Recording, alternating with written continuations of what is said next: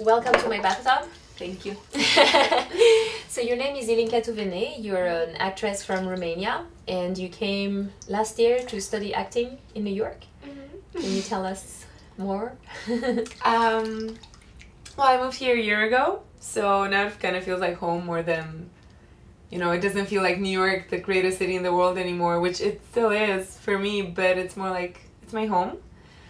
But yeah, I decided last year in fall that I want to, change something. I've always had this drive for crazy things and passion in my life. So I thought New York would be great, and I was super excited. I was like super crazy. I did everything like in 3 days for school, like my recommendations, my essays. I was so thorough.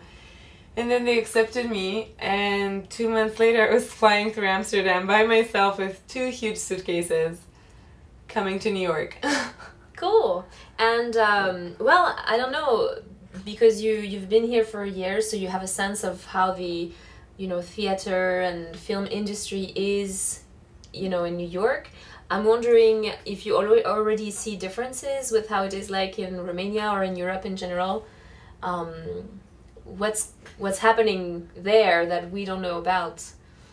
Well, the main difference is the size of the things, like we have so much more opportunities here because there's so many more things happening. There's like 1,000 theaters, there's all these investors, whereas in Romania it's a tiny little country. So you work for yourself and you try to make your project the best. There's not a lot of outside help. But I think the main simile is that there's a lot of people who are super talented and very driven and really hardworking, and you always meet somebody here and there who wants to do great work. So there's always I really love meeting people who I get along more than on a personal level. Like we kind of have the same, the same goals in a way, and like we feel like we're on the same artistic wavelength. And I feel that it happens in Europe too. But the main difference is that I feel like in Europe it's harder to convince people. Okay, well, I'm gonna go back. So to me, my experience of being a working actress in the United States is really New York enables so many collaborations because people come from all over and we have different sensibilities. Mm-hmm. So the relationship between actress, director and one project and then another project, it really brings to an interesting depth in the work. So I'm curious, when is the last projects you did, when you were in... Well, in Romania? Sure, just... Well, a tendency that I feel like it's exactly what you were saying, that there's so many people in New York, whereas in Europe I feel like sometimes we tend to, like, you see the same director casting the same actress over and over again, and sometimes you feel like you're never gonna break in. Mm-hmm. Whereas in New York I feel like people give you more of a chance. But the last project I did was a play. It was for a theater festival. It was an American play, actually. It was a Dinner with Friends by Donald Margulies, and we had to play these uptight people living in New England and going to the vineyard and having fancy dinners. But Romania is very forthcoming with American culture. Like I've watched American movies since I was 5. Everything's in English. Like we're very pro-America. So it was really well received. Like everybody felt like they know those people somehow. Oh, that's nice. Yeah. It was fun. Like everybody made fun of us because we were really typecast. Well, I'm curious. If people who live in Romania know that they know America, like what is one thing that would give us a really great insight about what is Romanian culture, or like. You see what I'm saying? Yeah. Because how do we know? Like, the world is so big, and sometimes, maybe America is the center of it all, like the heart of it all. I don't know. And when we live here, it's not the same as in Europe, where there's a lot of co-productions. Yeah, and different. Like the difference in Europe, every country has its own personality. It's so many tiny countries with such a different point of view on everything. Like, for instance, people claim that Romania and Bulgaria are very similar, but if you look at it deep down, our languages are completely different, and culturally and soulfully, there are so many differences. It's like being from New York or from LA, you're different. But I guess, I don't know, we drink, we can hold our drinks. Okay, cool. Next time I meet someone from Romania, I eat a steak and then have a beverage. But I guess we are very, it's a very welcoming sort of society. Hospitable and loving, and like, you know, the Romanian grandma will give you 10 dishes of food just so she makes sure you're fine. And our folk music is really beautiful, and there's all these modern adaptations of it at the moment, which are a combination between, you know, rock and pop and the basis of our folk, like roots and all the myths, because it's a very mythological culture. We have a lot of superstitions and a lot of, like, in the villages we believe in ghosts, and like there's a night of the year, it's called, I don't know, the night of the fairies, I guess, in English, and the fairies come and they like kidnap the men of the village and they steal their souls, and wow, there's a lot of very interesting mythology. So I guess that's a very, very Romanian thing. And I didn't know. I mean, I know you for a long time, but I didn't know about it. I'm actually pretty curious about this because I love traditions. In the area of France where I'm from, on December 8th, we light all the houses and all the windows. It's the we're supposed to honor Marie, and it was, I guess there was a plague at some point, and that's how this holiday came to be. And so when I was a kid, we would get in the car and like drive around the town and see all these, everyone's, you know, your friends' homes lit, you know, differently. That's and so to me, but these traditions, there's maybe sometimes, I mean, in America there's Thanksgiving, and there is a number of President, you know, Day and Valentine's Day and sure. but these things, you know, sometimes people don't understand what it means to actually have these little elements of tradition. My favorite holiday is the 1st of March because it's the coming of spring, and basically we have these strings that are red and white, so boys have to tie it up to the girl's wrists, and if the boy likes you, he'll tie it up for you, and he'll bring you a pin. So every time in like middle school we'd be excited and count how many we got from the boys, and it's so nice because everybody buys gifts, and like somehow it's always kind of sunny for some reason, so we all feel like we're defrosting. Wow, that's so cool. It's really cute. Yeah. We have for the Fête du Travail, Labor Day in France is May 1st. We give muguet. It's a lovely little flower that looks like little bells, little white bells. I know them. Yeah. So pretty. Yeah. It's funny because I feel like in the United States people define each other roughly, you know, by their race sometimes, and when you're in Europe people define each other by their nationality more. That's true. Yeah.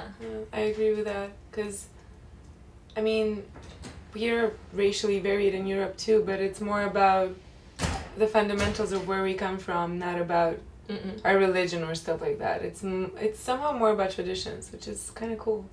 Nice.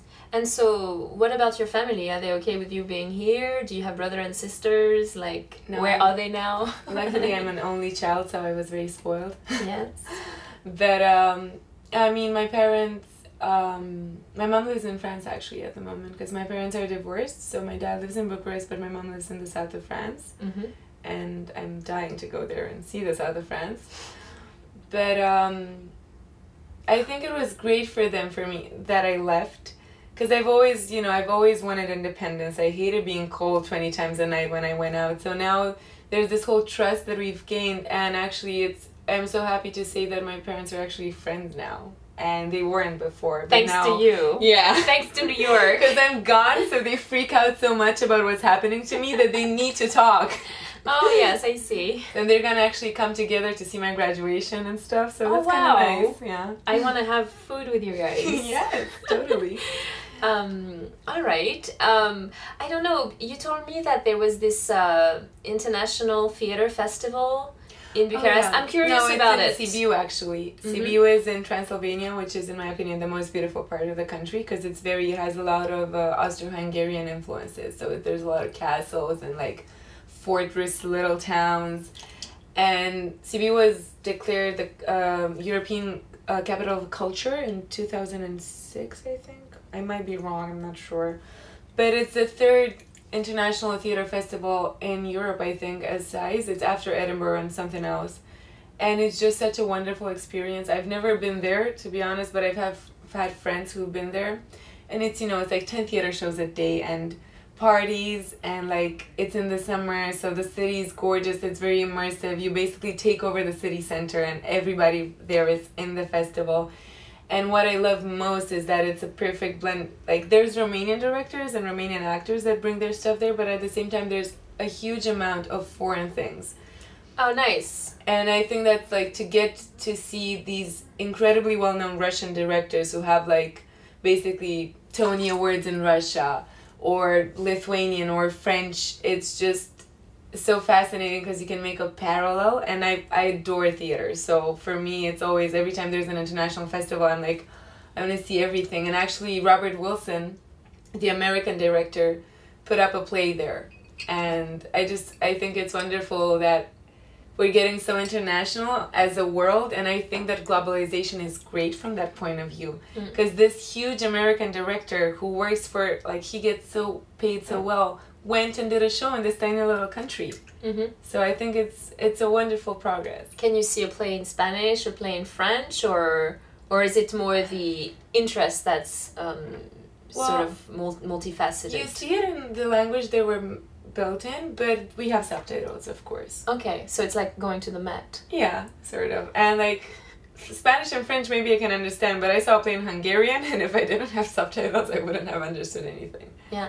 I feel like in Europe there's a little bit more of the it's I don't know, here everything is in English and has to be in a perfect accent, whereas there's a lot of, you know, the New York is cosmopolitan, people come from everywhere, but it's not represented in the media as such. And when I perform as a singer, I like to take different translations together within a song. So I sing Besame Mucho in Spanish and French and English. So that I'm curious sometimes about what would theater be like if it was a little bit more multicultural, and if we would really embrace the diversity that is representative of not just, you see, like audio visual, not just the visual, oh, this person looks like they're diversity, but the actual diversity of the language, of the plays, of the themes that are, you know, being produced, and then of the performers. I mean, do they really,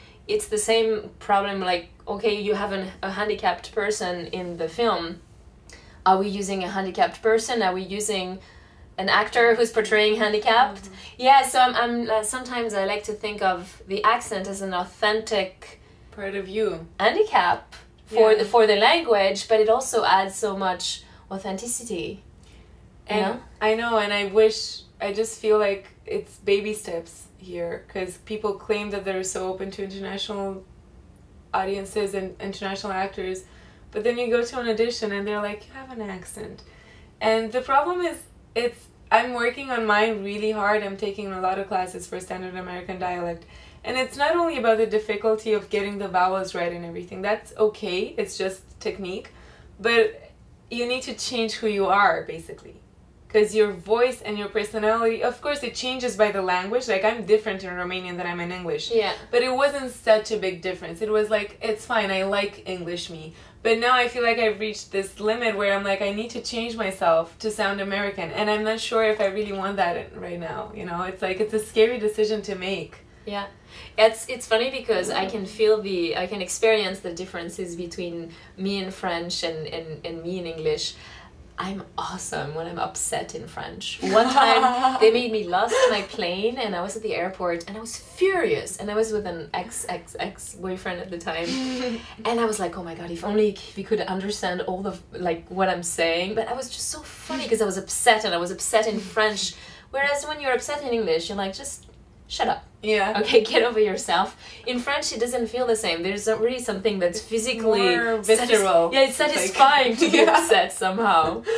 I get that. Yeah, so in a play, if you play, depending on, and then there's the same question with what is a French play? What is an American play? I have a friend who's helping me with the monologue, and Yasmina Reza is a French playwright. Okay, she's even from North Africa, but it is material that's essentially written in French. And we were talking about God of Carnage, and he was like, no, that's an American play. It would have been played by a French person. But It is a French play, and it's still like part of, you have the sort of the ego or the pride, of this is part of my culture. And then because it's done on Broadway, it was wonderful. I saw it the day before they won all these Tonys. Cool. All the way at the top of the theater. We had 2 seats there. Yeah. But you see, so then if the, for example, I mean, I can think of anyone, some foreign director Elia Kazan, right? Originally came from Greece, I think. But then he became very successful here. Or Charlie Chaplin is a British guy. So then because it's embraced in the American culture... You perceive them as American. Yes, American people who are born here, it's part of their culture, and they think that's American, but actually they're, influences that are subtle. Yeah, and especially because America is... The reason I came here out of all countries is that it's a country of immigrants, right? That's how it started. And sometimes I feel like I have a friend who's obsessed with all these history documentaries, and she's reading about American history, and she's really into it at the moment. And she was like, we have the same values that they had in the 1700s when they came here and established a colony, because we want to, it's multicultural, we're all different. But I guess in 200 years it became more of a, nuclear thing, more than, the country got its own identity. Yeah. So now they're not that open, I guess. They're still very open to immigrants compared to a lot of other countries. But there's more of a, the visa process is the best example. Also, there is, there is a system, whereas in Europe, there hasn't been a great struggle with immigration, so now they're not prepared for it, so they don't know how to handle it. Whereas here there is a system, and it is always a challenge, because there's always people, I think there was at some point they decided people who were here more than 5 years and have a child. I don't know. Sometimes they have to make adjustments. But yeah, it's moving here for me. Also, you feel like people who come to New York, they have the attitude of having faith in a goal of theirs, or wanting to make a life special of their own. Yeah. So it's really interesting people. Kind of like a leap of faith. You go and want to do something with your life. You do, yeah. There's no safety blanket, which is scary, but it does make you incredibly driven. I feel like New York is a country on its own. Exactly. It is part of America, but it's so much more. I feel when people ask me where I'm from, I'm having it's hard for me, a little bit of an identity crisis, because I know I've just left Romania for a year, but I felt like New York has been such an intense experience that I feel so connected to this place. I feel like I've been here forever. Maybe it's tacky to say that, but it just always felt very welcoming to me. So when people ask me where I'm from, I'm like, well, it's this whole confusing story. So I decided I'm just going to say I'm from New York, because it's like a country. It's the country of New York. I think it's correct. When I arrived here, also I felt that I had always been an American, or about my attitude, about being very proactive about things I wanted and everything. And right away I felt, there was always people who were telling me, well, after 3 years, after 5 years, after 7 years, blah blah blah, you're a New Yorker. And I think it's so wrong, because I feel like being a New Yorker, it's a state of mind. It's when you feel it's a personal decision. Yeah, of course. Yeah. Of course. And so now I'm actually, because I got my citizenship in America as well, so I have both. And I think the best way to say who I am, if I wanted to describe it in the dictionary, is I'm a French New Yorker. Right? Yeah. True. So what is next? So you're going to finish your school and fall in love with the Prince Charming, or? Oh, of course. Exactly. It's on my to-do list. Okay. No. Tell us about the visa. What the process is, because I know you've done a lot of research. And you're good at that stuff. You know how it works. So maybe you can take us through the motions. If someone doesn't know how these things work, then I love talking about the visa. Well, basically, it depends on your school, but most schools offer optional practical training. So you're allowed to work in your field for money, completely legally, for a year. And then after that ends, you have a 2-month period of, a grace period, when you can leave the country, and then you're done. But during OPT, there's the option to apply for the artist visa, the O1 visa, which is the visa for aliens with extraordinary abilities in the fields of art, sciences, and medicine, or something like that. And it looks so scary. Like, if you read the website, they like, so you need to have an Oscar or a Nobel Prize or a Pulitzer, and you're like, okay, I'm never gonna make it. But actually, I've come to the conclusion after extensive research that is just about proving the American government that you can make money. Because, of course, they're tough on immigrants because, you know, there's all these people trying to use the resources of the country. So if you want to live here, you need to prove to them that you're going to make some revenue and be an integral part of this machine that the country is and pay your taxes and be a good citizen. So I guess that's why they're so rough on immigration, because they don't want to, you know, end up bankrupt and stuff. So basically, they're letting people in their fields who are not taking the place of another American. So they need to bring something unique from their culture. And then part of the process also includes having a company or an entity that sponsors your arrival here. So that person has to be American, so that it's sort of a trust thing. I assume, like, you have an American citizen, vouching for you. And then I guess the best thing, in my opinion, is just to work hard. And if you love what you do, you're gonna work. And then you give them a file that proves how much you want this and how much you've worked and how much proof you have that you are a working actor and that you're special and that you can bring something to the table. And they're not crazy, they'll accept it. Yeah. Well, good luck with that, because I've gone through the process, and it's an endeavor that's really challenging, because you in a way, as an artist, you want to be humble, but here you are and you have to prove your worth, and you have to ask people you trust in your field. You have to ask them to vouch for you in a very eloquent manner, and it's really it's a personal. You acquire sort of professional humility.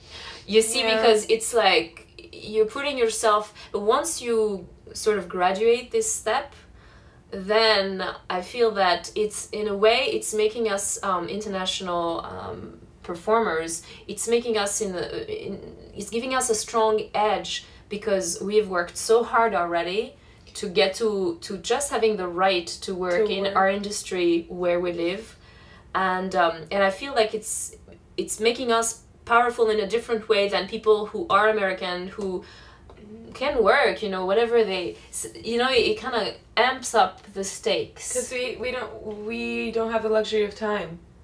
We have 1 year. In 1 year, we need to work enough to prove to them that we're good enough to stay. So then you're very buzzed. You're always ambitious. Yeah, anyone who graduates from any college in any degree should be given some kind of pressure like this to deliver something exceptional of themselves, you know? I totally agree. You don't have kids, you don't have a mortgage, you don't have a car yet. Do something beautiful with your life, you know? And I feel like I'm terrified of the visa, but at the same time, I'm grateful that it exists. Because every day I wake up and I'm like, I'm not going to slack. I'm going to do the work I love to make myself better and to get a big portfolio that proves that I'm working. Yeah. Well, that's what it is to be a New Yorker, right? So I can say you're a New Yorker. I know what it feels like. Well, thank you. So good luck. We will follow you. What is your website? It's so complicated. It's going to be Ilinca-Tuvene.com. Okay, and we'll go visit you there, and maybe on the Facebook. Yes. And on the Instagram. Well, all over the internet. Because I'm everywhere. Yes, because all of us performers have to do that nowadays. And I thank you so much for being the first person to get wet in the tub with me. It's a really silly idea, but I think it's fun. And it's comfortable. And it's kind of cozy. We're warm. We're having some tea and stuff. But it feels that, I don't know, I'm really, I look forward to doing more of these interviews, because I feel that it puts us in a context where we're vulnerable in a way, and I think it's nice because we can empower like women in the industry. It's very male driven, the entertainment industry. So I don't know, you're the first, and I'm really thankful for that. Thank you. I had a great time. Cool. See you soon. Cut.